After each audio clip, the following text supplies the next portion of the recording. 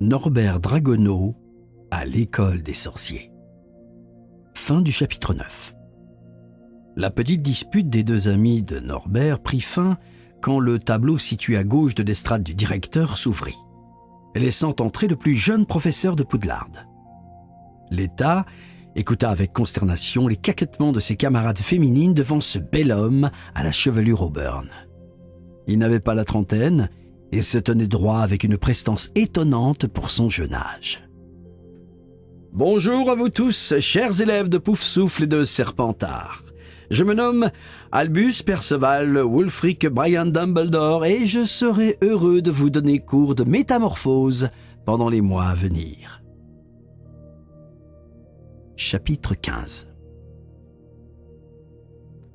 Tu sais, Norbert, je suis l'un des plus jeunes professeurs qu'a connu Poudlard, commença alors à raconter Dumbledore. Tu sais pourquoi ? Parce que vous êtes très intelligent, supputa l'élève de Poufsouffle. Oui, il paraît que j'étais l'élève le plus brillant que cette école ait connu, expliqua-t-il avec un rire étrange. Mais, comme tu le sais déjà, l'intelligence n'est pas synonyme de grande capacité. Et pour être franc, elle me faisait cruellement défaut étant jeune. Pourquoi ? Questionna Norbert, très intrigué par les révélations de son professeur.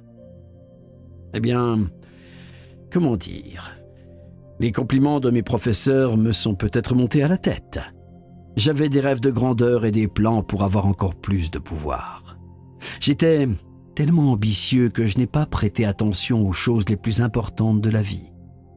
Je ne comprenais que mal les sentiments et les émotions des gens qui m'entouraient. Alors, après l'école, j'ai décidé de remédier à ce défaut et j'ai travaillé durement pour apprendre à décrypter le visage des personnes qui m'entourent. Et là maintenant, je vois à ton expression que tu es tourmenté par quelque chose. La mâchoire de Norbert se crispa. Il venait d'être percé à jour. Mal à l'aise, il croisa les bras et baissa le regard. J'ai donc vu juste. Quelque chose te préoccupe, mais tu as peur d'en parler. Norbert ne répondit pas, laissant son silence éclairer les suppositions de Dumbledore. « C'est peut-être parce que je suis adulte et que tu n'as pas confiance en l'autorité. » Il hésita à répondre. La déception de l'État serait grande s'il parlait de leur projet secret. « Je comprends ton appréhension, » assura Dumbledore. « J'aurais fait pareil à ton âge, mais sache que je peux garder des secrets, malgré mon statut de professeur.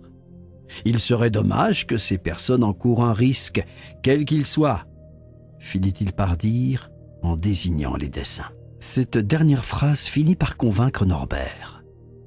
Il décida de se confier à Dumbledore. Après tout, il était plus intelligent d'impliquer un adulte dans cette histoire.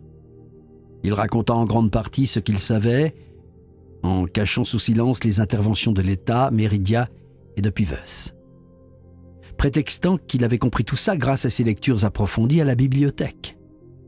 Par chance, Dumbledore ne releva pas ces incohérences, de manière intentionnelle, sans aucun doute.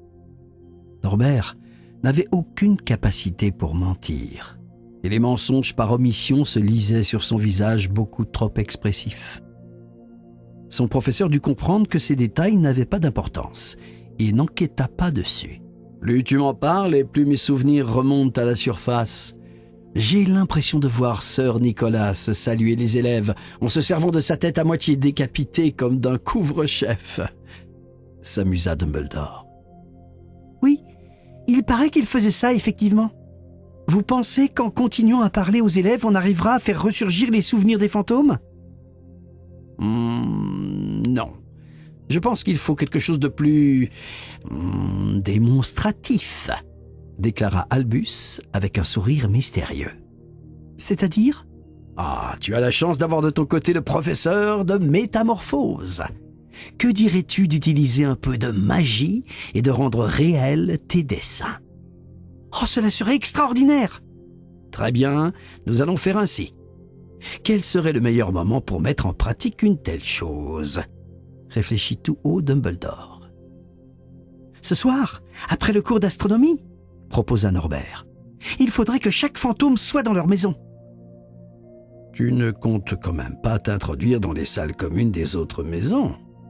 questionna le professeur d'un air réprobateur. Non, bien sûr que non !» bégaya Norbert. « J'ai des amis qui pourront déposer les dessins. » « Très bien. Dans ce cas, je me tiendrai prêt à la fin du cours d'astronomie pour lancer le sortilège. » Ils s'adressèrent un regard entendu. Dumbledore se leva pour retourner à ses occupations. Norbert décida alors de l'interpeller. Sa curiosité le démangeait. « Professeur, que s'est-il passé pour que vous changiez ainsi ?» Le regard d'Albus se voila tandis que ses souvenirs remontaient en lui, telle la marée haute. Norbert crut voir du chagrin dans ses yeux, peut-être même du regret. Mais le professeur chassa toutes ses émotions sous un sourire de façade. Une histoire de famille, une histoire de cœur. Toutes ces choses qui te font devenir un homme, répondit-il de manière énigmatique.